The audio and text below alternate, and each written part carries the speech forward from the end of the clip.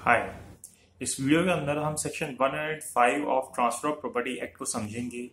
इसके अंदर हमें लीज डिफाइन की गई है कि लीज क्या होती है। तो हम इसको पहले बेरेक में से रीड करते हैं और देखते हैं कि इसके अंदर क्या लिखा है और उसको अच्छे से समझते हैं। तो इसके अंदर लिखा है कि a lease of immovable properties transfer of right to enjoy such property. तो सबसे पहली बात है कि हम लीज के अंदर क्या कर रहे हैं, इमूवेबल प्रॉपर्टी को ट्रांसफर कर रहे हैं। हम क्या कर रहे हैं कि इमूवेबल प्रॉपर्टी को ट्रांसफर कर रहे हैं और उस इमूवेबल प्रॉपर्टी को जो ट्रांसफर कर रहे हैं उसको पूरी तरह से ट्रांसफर नहीं कर रहे, उसके अंदर सिर्फ उसको एंजॉय करने का राइट ट्रांसफर कर रहे हैं। मतलब कि ऑनरशिप ट्रांसफर नहीं करी जा रही, उसका सिर्फ पोजीशन ट्रांसफर किया जा रहा है कि कोई व्यक्ति उस प्रॉपर्टी को सिर्फ अब एंजॉय कर सकता है, उसके पास उसको एंजॉय करने का राइट है, उसके पास उसकी ऑनरशिप का राइट नहीं है। तो लीज के अंदर हम क्या करते हैं, किसी इमूवेबल प्रॉपर्टी को ट्रांसफर करते हैं। वो ट्रांसफर किस चीज का होता है, उसके अंदर राइट ऑफ एंजॉयमेंट का ट्रांसफर होता है, मेड फॉर सर्टेन टाइम, और वो एक सर्टेन टाइम के लिए होता है। मतलब कुछ टाइम फिक्स किया जाता है। जैसे जनरली जैसे हम गवर्नमेंट देखते हैं, गवर्नमेंट जैसे लीज के ऊपर प्रॉपर्टी देती है 99 ईयर्स के लीज पे या 100 ईयर्स के लीज पे। तो इस तरीके से ऐसे हम भी किसी पीरियड ऑफ टाइम के लिए दे सकते हैं किसी को भी, जैसे 1 साल के लिए, 2 साल के लिए, 6 महीने के लिए, वो कुछ भी सर्टेन पीरियड ऑफ टाइम हो सकता है। मंथ टू मंथ भी दे सकते हैं। तो जो व्यक्ति लीज देता है उसको हम लीजर बोलते हैं, और जो व्यक्ति लीज पे इस प्रॉपर्टी को लेता है उसको हम लीजी बोलते हैं। एक्सप्रेस और इम्प्लाइड, अब ये दोनों तरीके से हो सकता है, एक्सप्रेस भी हो सकता है और इम्प्लाइड भी हो सकता है। और इन परपेचुटी, परपेचुटी मतलब कि बहुत लंबे पीरियड के लिए, in consideration of price paid और प्रॉमिस। अब देखिए कंसिडरेशन होगा, यहाँ पे कंसिडरेशन होना जरूरी है।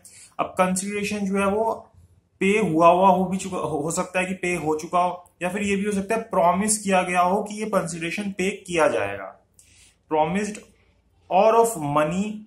अब ये कैसे हो सकता है, मनी के अंदर हो सकता है, शेयर ऑफ क्रॉप हो सकता है, या फिर कोई सर्विस और any other thing of value, कोई भी चीज हो सकती है, कोई शेयर ऑफ क्रॉप्स, कोई सर्विस देना, या फिर कोई भी चीज जिसके अंदर वैल्यू है, मनी हो सकती है, ऐसे कोई भी चीज हो सकती है। टू बी रेंडर्ड पीरियोडिकली, जो कि पीरियोडिकली दी जाएगी, या फिर और on specified occasion to the transfer by transfer, या फिर एक स्पेसिफाइड ओकेजन पे दी जाएगी ट्रांसफर को ट्रांसफरी के द्वारा। Who accept the transfer on such term, जो कि उस टर्म के ऊपर उसको एक्सेप्ट करेगा। तो यहाँ पे हमें बेसिकली 4 चीजें समझ आती है कि सबसे पहले तो जो ये ट्रांसफर होता है ये कंपिटेंट पर्सन के बीच में होना चाहिए। कंपिटेंट मतलब कि दोनों ही पर्सन जो है वो मेजर होने चाहिए, और वो एक तरीके से हम कह सके जो वो कंपिटेंट होने चाहिए, जैसे कि वो ल्यूनेटिक ना हो, उनकी एज 18 से अबव हो, वो कॉम्पिटेंट हो कॉन्ट्रैक्ट करने के लिए। तो वो सारी चीजें इनके अंदर पूरी होनी चाहिए। वो ड्रंक ना हो, ऐसी जो भी चीजें होती हैं वो सारी होनी चाहिए। तो उसके बाद ही ये लीज को दिया जा सकता है। अब जैसे मान लीजिए कोई माइनर है, तो माइनर का जो गार्डियन होता है वो लीज पे दे सकता है, और वो लीज पे बिना कोर्ट की परमिशन के अप टू 5 ईयर्स तक दे सकता है। 5 ईयर से ऊपर वो बिना कोर्ट की परमिशन के नहीं दे सकता। अगर 5 ईयर से ऊपर देना तो वहां पे कोर्ट की परमिशन लेनी पड़ेगी। भाई मतलब कि अगर कोई माइनर की कोई प्रॉपर्टी है उसको वो लीज पे देना चाहता है तो अप टू 5 ईयर्स वो दे सकता है। और अगर वो जो माइनर है वो मेजर हो जाता है, मतलब 18 से ऊपर हो जाता है, और उस वक्त भी अभी उसका गार्डियन है वो, तो उस वक्त भी वो उसको लीज पे दे सकता है, लेकिन अप टू 1 ईयर्स तक की लीज पे ही दे सकता है उसको, उससे ज्यादा नहीं दे सकता।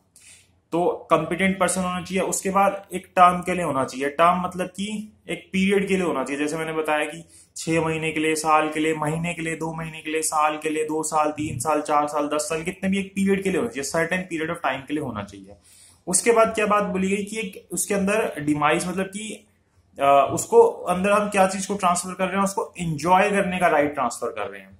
तो तीसरी चीज क्या हुई कि हम उसको एंजॉय करने का राइट ट्रांसफर कर रहे हैं।